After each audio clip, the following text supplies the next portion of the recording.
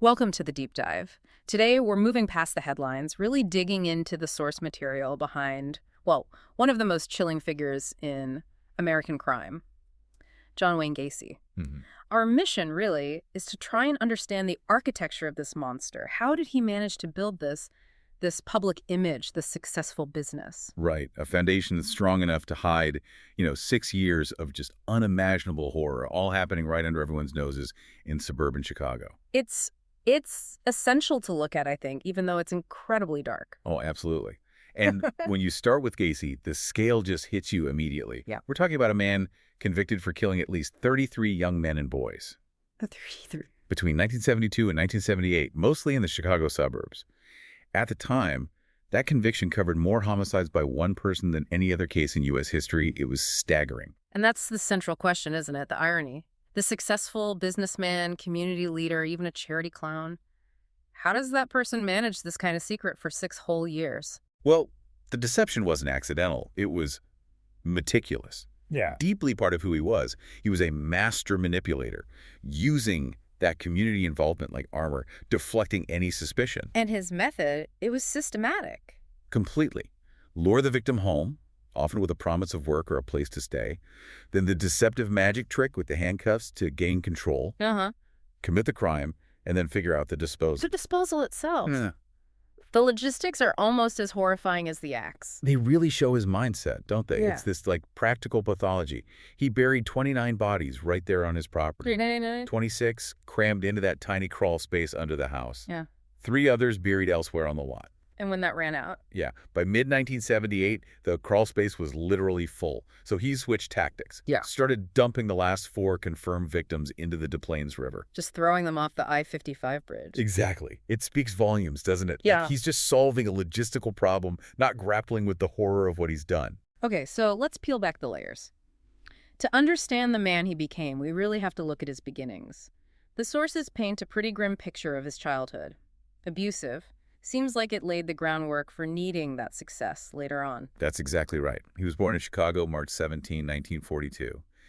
And his early years were just dominated by his father, John Stanley Gacy, an alcoholic World War I vet whose abuse, both verbal and physical, was just relentless, always belittling him, calling him dumb and stupid, a sissy, especially compared to his sisters. He even talked about a specific beating, right? Really young. Yeah, he recalled getting beaten brutally at just 4 years old. Yeah. Apparently, he'd accidentally messed up some car engine parts in the garage. It created this intense, lifelong need for validation from the outside world. He had to perform. And it wasn't just the emotional violence. He had physical challenges, too, which his father also just brushed off. He did. He was overweight, not athletic. Doctors even told him to avoid sports early on, maybe a heart murmur. But more than that, between ages 14 and 18, he had serious health issues. Blackout. Blackouts, a burst appendix. He was in the hospital for almost a year, on and off.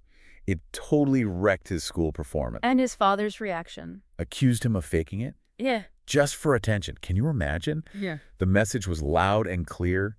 Your struggles or weaknesses, you're never good enough. So that need for approval, it pushes him into the public eye almost immediately, trying to get the affirmation he couldn't get at home. Exactly. The pattern starts young. By 1960, he's already involved in local Democratic politics. Assistant precinct captain. Trying to be visible, active. But even that wasn't good enough for his dad. No, his father just scorned it. Called it a waste of time. Called Gacy a patsy. So this drive, this need to gain approval through civic achievement, it just becomes the engine for his whole adult persona. And he eventually leaves home. Yeah, at 62. Had enough of his father's tyranny, basically. Drove out to Las Vegas. And Vegas, Yeah. that's where things take a really dark turn psychologically. He worked for an ambulance service and then a mortuary, Palm Mortuary. Right. And that mortuary job seems to be where he first experienced this sense of ultimate control. It's where the deviance really starts to surface, connecting control, death, gratification. Precisely. He was a mortuary attendant for about 3 months, helped with embalming, sometimes a pallbearer, and critically, he confessed later, he slept on a cot right behind the embalming room. And there was that incident with the coffin. Yeah. He described climbing into the coffin of a teenage boy, embracing the body, caressing it. He claimed he felt a shock afterwards, but it seems like it unlocks something much darker. Moving from just observing to participating, he later admitted to necrophilia. Exactly. Explicitly claimed acts of necrophilia. And his justification, just chilling. She said the dead bodies couldn't tell anybody. Wow. It suggests that drive for control, the one squashed by his father, could be fully realized with someone completely helpless. It really foreshadows how he'd later restrain his victims, make them totally passive. So then he comes back to the Midwest, finishes business college, and starts building that facade. Quickly, first marriage, the Jaycees. Aggressively and quickly. Marries in '64, moves to Waterloo, Iowa, starts managing 3 KFCs for his father-in-law, making great money too, like $15,000 a year back then. Which is significant money. Over $150,000 today. And at the same time, he's just shooting up the ranks in the Jaycees, that community leadership group. Gets named one of Illinois' most outstanding young members. He's performing success perfectly. But the predatory side is already there, right, with the young guys working at KFC. Immediately. He sets up this basement club, gives employees alcohol, but his focus is totally on the teenage boys. He'd hang out with them, make sexual advances. Disguised as what? Jokes. Yeah, jokes, or these weird tests of morals, he called them. And that behavior eventually leads to the 1968 assault on Donald Voorhees Jr., who was only 15, son of another Jaycee. That finally brought charges. Sodomy, attempted assault. And Gacy's reaction? Denial. Manipulation. Pure denial. Claimed it was political, he was being set up. He even hired someone to rough up Voorhees to stop him testifying, which of course just made things worse for him legally. But he eventually pleads guilty. Sodomy, yeah. Sentenced to 10 years in Anamosa State Penitentiary. But what's fascinating is how he adapts instantly to prison life. Becomes the model prisoner. It seems so counterintuitive for someone so violent. It's classic Gacy pathology. He played the system perfectly, gets the head cook job, earns his high school diploma. And get this, he expands the inmate Jaycee chapter from like 50 guys to 650, even wins a service award in prison. Wow. His performance of rehabilitation was so convincing he only served 18 months. Paroled in June 1970, his behavior fits exactly with that 1968 diagnosis, antisocial personality disorder. The report noted his total denial of responsibility, always blaming some hostile environment, no guilt, just fear of getting caught. And the final piece that let him build the next facade, the sealed records. Absolutely critical. In 1971, his Iowa sodomy conviction records were sealed, gone.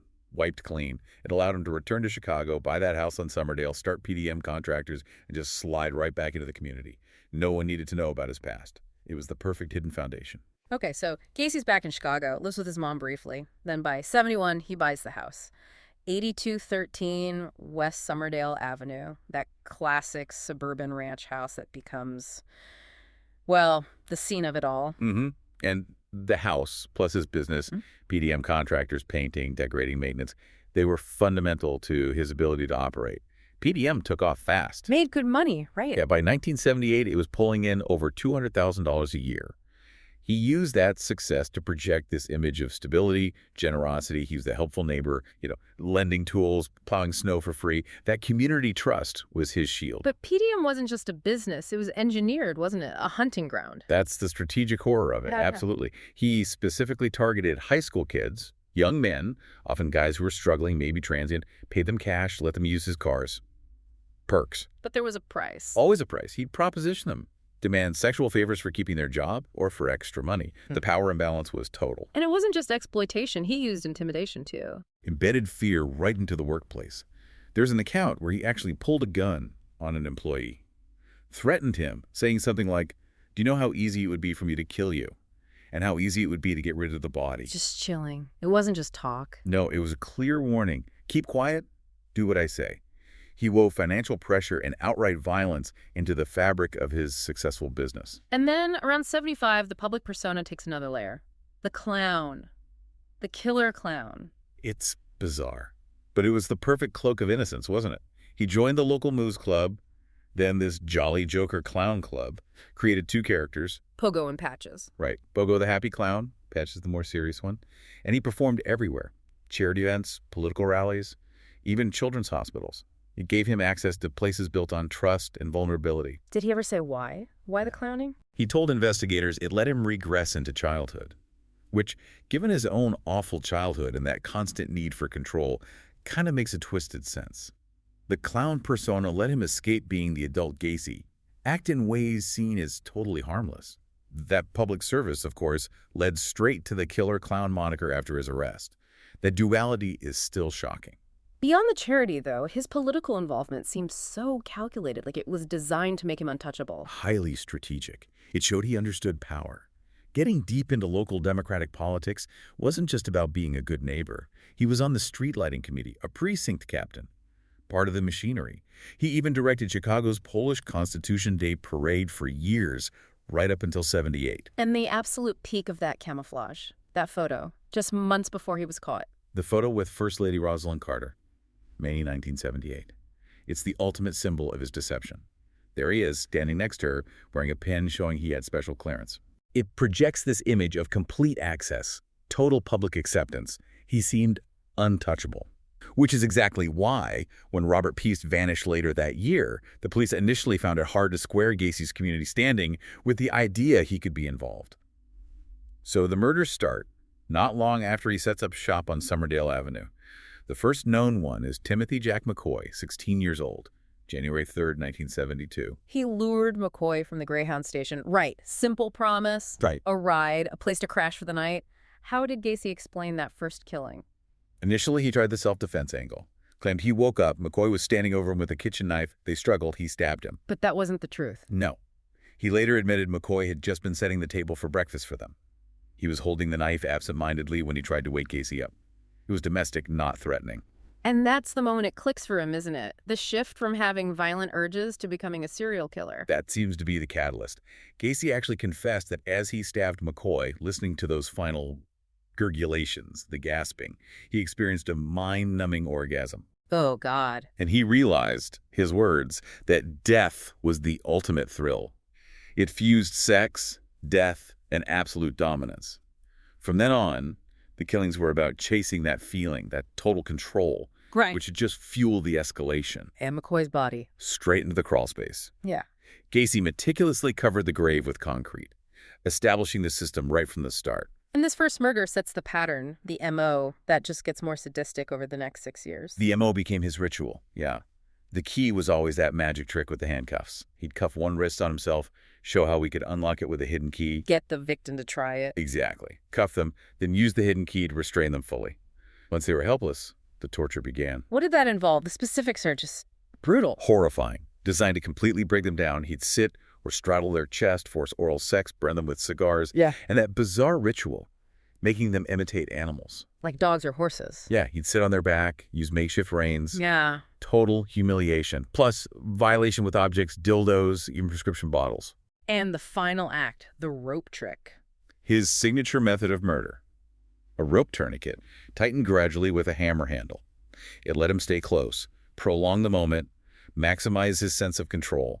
And just before the end, he'd often say, "This is the last trick." God, how long did it take? He said sometimes they'd convulse for an hour or two before dying. The sources also mention this disturbing practicality he had even after they were dead. Purely logistical, zero empathy. After the second victim apparently leaked body fluids on his carpet, Gacy started stuffing rags or socks deep down their throats to prevent messes during burial. He learned things from other cases, too. Yeah, he mentioned being inspired by the Houston mass murders case. Started using 2x4s and manacling their angles to position the bodies better in that cramped crawl space. The pace really picks up after his divorce in '76, right? That seems like a turning point where things just spiraled. Definitely. 76 to 78 was the peak of the killing spree. Being alone in the house seems to have removed any final restraint. Neighbors later remembered hearing things, well, lots of late-night activity, muffled screams. In by summer '78. The crawl space was full. That tiny space, maybe only a few feet high, had 27 bodies in it. Which forces the shift to the river, a much riskier move. He'd run out of room, had to find a new disposal site. So he starts driving out to the I-55 bridge, dumping bodies into the Des Plaines River. He later confessed to 5 doing it this way. But only 4 were found. Only 4 recovered and identified from the river. Timothy O'Rourke, Frank Landigan, James Mazzara. He even speculated one might have landed on a barge passing underneath. Just shows the carelessness, the almost casual approach by the end. And this whole house of horrors finally starts to crumble in December 1978 because of one missing teenager, Robert Piest. Piest was the last one. December 11th, 1978. Gacy's playing the friendly contractor at Neeson Pharmacy in Des Plaines. He talks to Piest, who's 15, works there part-time, offers him a construction job, nearly double his pay, $5 an hour. And Piest's mom was right there. She arrived to pick him up for her birthday celebration. He told her he'd just be a minute, talk to this contractor, and be right back. That promise. Just tragic. Gacy killed him that night, back at the house. Same handcuffs trick. His composure during it all is terrifying. Absolute detachment. He later admitted he actually took a business call while Piest was dying in the other room. But because Piest vanished so suddenly, his family and the Des Plaines police jumped on it immediately. Aggressively. And the police, particularly Lieutenant Joseph Kozenzak, they focused on Gacy pretty quickly. His history played a part. Kozenzak was sharp. He connected Gacy because of the quick timeline, and Gacy's past that sealed sodomy conviction from '68, plus he had an outstanding battery charge from assaulting Jeffrey Rignall. And Gacy's behavior when they first talked to him didn't help him. Not at all. He showed up late to the station, covered in mud, claimed he had a fender bender, denied everything, but then also threw in this weird detail about his uncle having just died. It was just a string of inconsistencies, bizarre stuff that made Kozenzak even more suspicious. The first search warrant comes just 2 days later, December 13th. What did they find then that really escalated things? That first search was huge for intelligence. It uncovered the tools of his trade, his obsessions, multiple handcuffs, police badges, gay porn, chemicals like Valium, atropine, those 2x4s he used on ankles. But the direct link to Piest. Your receipt. Exactly. In the trash, they found a receipt from Neeson Pharmacy, linked to Piest's coworker, right next to a 36-inch piece of nylon rope. Huge red flag. So after that, Gacy knows he's being watched 24/7, and he starts playing games with the surveillance team. Oh, he taunted them constantly. Sometimes he'd be friendly, invite them in for coffee. Other times he'd drive recklessly, trying to lose them, just showing off. The absolute chilling moment, though. The clown comment. Yeah. Having breakfast with 2 surveillance cops, he just comes out with, clowns can get away with murder. Yeah. Just like that. Testing them, enjoying the secret. The real break, though, came from talking to his employees about the crawlspace. Right. The officers remembered this awful smell during the first search. Then they talked to Michael Rossi, the former PDM guy.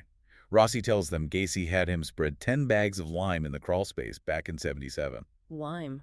To cover the decomposition smell. Exactly. And another employee confirms the trenches Gacy had them dig down there.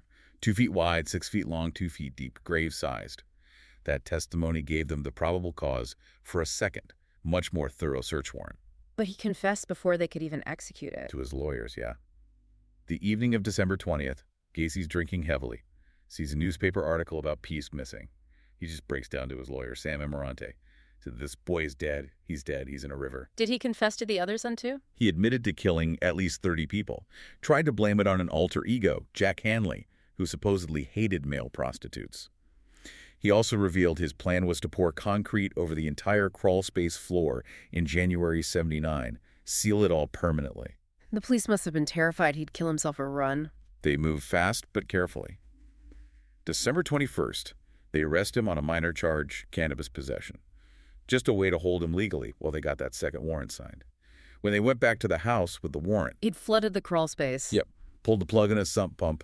Deliberate attempt to hinder the search, destroy evidence. And then the discovery. Once they pumped the water out, an evidence tech started digging through the mud, the clay, the lime, and then that famous horrifying shout, "I think this place is full of kids." The bodies they found first were too decomposed to be paste. They knew immediately they'd stumbled onto something massive. Years of burials.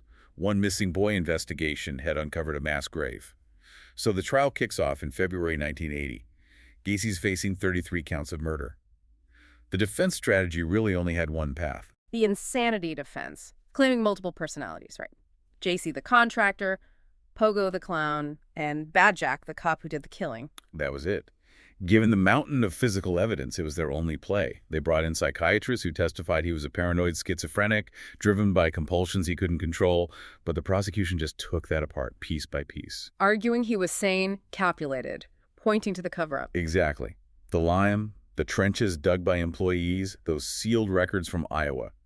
They argue that level of planning, that foresight, isn't insanity, it's calculation. They brought their own experts who diagnosed him with antisocial personality disorder, basically saying he used denial and manipulation, not that he was out of his mind. And the survivors, their testimony must have been crucial. Devastating. It completely undercut the Bad Jack did it defense. Jeffrey Rignall described being chloroformed, put in a pillory, tortured with candles, whips. This was March '78. His testimony was so raw, so visceral, he actually got sick on the stand during cross-examination. Then Robert Donnelly. Donnelly recounted being kidnapped, repeatedly drowned in the bathtub until he passed out. He said he begged Gacy just to kill him and get it over with. And Gacy's reply, "I'm getting around to it." Yeah. Just cold, calculated sadism, not compulsion. Control. So with all that, the jury didn't take long. Less than 2 hours. Yeah. The evidence was just overwhelming. Found guilty on all 33 counts, March 13, 1980. Sentenced to death. He spent 14 years on death row and found a strange way to keep performing, didn't he? Painting. Yeah, filed appeal after appeal, making wild claims like his employees stole his keys and killed the other 28 guys. Yeah. But he really got into painting. Hundreds of pieces, lots of self-portraits, his pogo, clowns, religious figures, even his own house. They sold for quite a bit later on, which is another dark twist. Execution in 94, even that had a final awful detail. May 10th, 1994. Lethal injection at Stateville. Sure. But it got botched. The chemicals apparently solidified, clogged the IV tube. They had to stop, reroute it. Took about 18 minutes, much longer than usual. In his last words. Reportedly, "Kiss my ass," said to a prison official. After death, his brain was actually removed. Preserved for research into violent sociopathy by Dr. Helen Morrison, a final attempt to find some scientific explanation for him. But amidst all this darkness, the source material points to something unexpectedly positive that came out of it all. From his own lawyer. It's one of the few hopeful threads, yeah. Yeah. Sam Amarante, his defense lawyer, was deeply affected. He saw how flawed the system was for missing kids. His work led directly to procedures in the Illinois Missing Child Recovery Act of 1984. And that was groundbreaking because They got rid of the mandatory 72-hour waiting period before police could start searching for a missing child. which was critical in the P.S. case. They started looking immediately. That waiting period could have let Gacy destroy everything. It's exactly right. Eltine Kozenzak's quick action was key. Amarante saw that delay could be fatal. That 84 Illinois Act laid the legal and even some of the tech groundwork that eventually evolved into the Amber Alert system we have nationwide today. It's profound, isn't it? A system to find missing kids, fundamentally shaped by the failure to save the boys Gacy murdered. So Gacy's executed. Many families get some sense of closure, but the case isn't truly finished because there are still unidentified victims. That's the lingering tragedy, isn't it? 5 victims remain unidentified. They're designated by their body numbers, 10, 13, 21, 26, and 28. Estimated ages range from maybe 14 up to 30. Decades later, their families still don't know for sure. And identification is hard because of the crawlspace conditions. Very hard. The bodies were badly decomposed, plus Gacy used all that lime, and the flooding didn't help preserve things. But science has offered new hope recently. 3 victims identified decades later. It has, thankfully. Advances in DNA technology, and especially forensic genealogy, where they compare DNA to public ancestry databases, have led to identifications. William Bundy, James Hawkinson, Francis Wayne Alexander, all identified years after Gacy's execution. It shows that answers are still possible, even now, for those last 5. There's also the persistent theory that Gacy didn't act alone. The sources have hints about accomplices. It's a strong possibility, supported by several things. Gacy himself, right after arrest, claimed my associates were involved directly. He later named 2 former employees, Cram and Rossi. And the timeline. The timeline is suggestive. Records show Gacy was actually out of state when at least 3 of the identified victims were murdered. That implies someone else might have had access to the house or was helping cover things up. Jeffrey Rignall's testimony also points to someone else being there. Rignall was adamant. During his torture in March 78, he said there was a young man, brown hair, just watching, maybe even participating. And that overheard conversation just before the arrest. That's maybe the most damning piece. Surveillance officers overheard Gacy talking tough to 2 employees. Said something like, "You'd better not let me down, you furs, you owe it to me." And then Michael Rossi reportedly asked, "And what?" "Buried like the other 5. The other 5, that number. It lines up with the river victims he talked about, but they only found 4. Exactly why it's so significant. Gacy told his lawyer, Amarante, he threw 5 bodies in the river. Yeah. Police only ever recovered 4 linked to him. So you have potentially 1 missing river victim, plus the 5 unidentified from the crawlspace. It raises questions. Could there be even more victims elsewhere? There's speculation. An apartment building on West Miami Avenue where Gacy worked as a caretaker in the early 70s. He was seen digging trenches there. Initial searches found nothing, but a radar survey in '98 showed 4 spots staggeringly suggestive of buried remains. They've never been fully excavated. And finally, even the identifications made back then are being questioned now. It shows how complex these old cases are. The body originally identified as Michael Marino, body 14. It's now disputed. His mother always doubted it. She did, based on the clothing found. And recent DNA and dental analysis confirmed she was likely right. The original dental records for the victim showed all second molars present, but Marino's own chart showed one hadn't erupted yet. It means body 14 wasn't Marino. So the identity of that victim, found among the others, is now unknown again. It just shows, doesn't it? The shadow Gacy cast is incredibly long. Even with him gone, the investigation continues. It's this relentless pursuit to give every single victim their name back, to understand the full scope of crimes hidden behind that mask of deception. It really is a profound, terrifying example of how someone with that kind of personality disorder can operate, shielded by this perfect public image. And even now, as science provides some answers, the case itself still demands that full accounting. Indeed. You look at the photos, the guy next to the first lady, the helpful neighbor, the jokester clown, and you realize the architecture of deception he built was incredibly strong, maybe strong enough to outlast even his own death. And the question that leaves for you, the listener, is a disturbing one. If a killer could operate like that, hidden in plain sight behind total normality, how can we ever really know who might be living next door?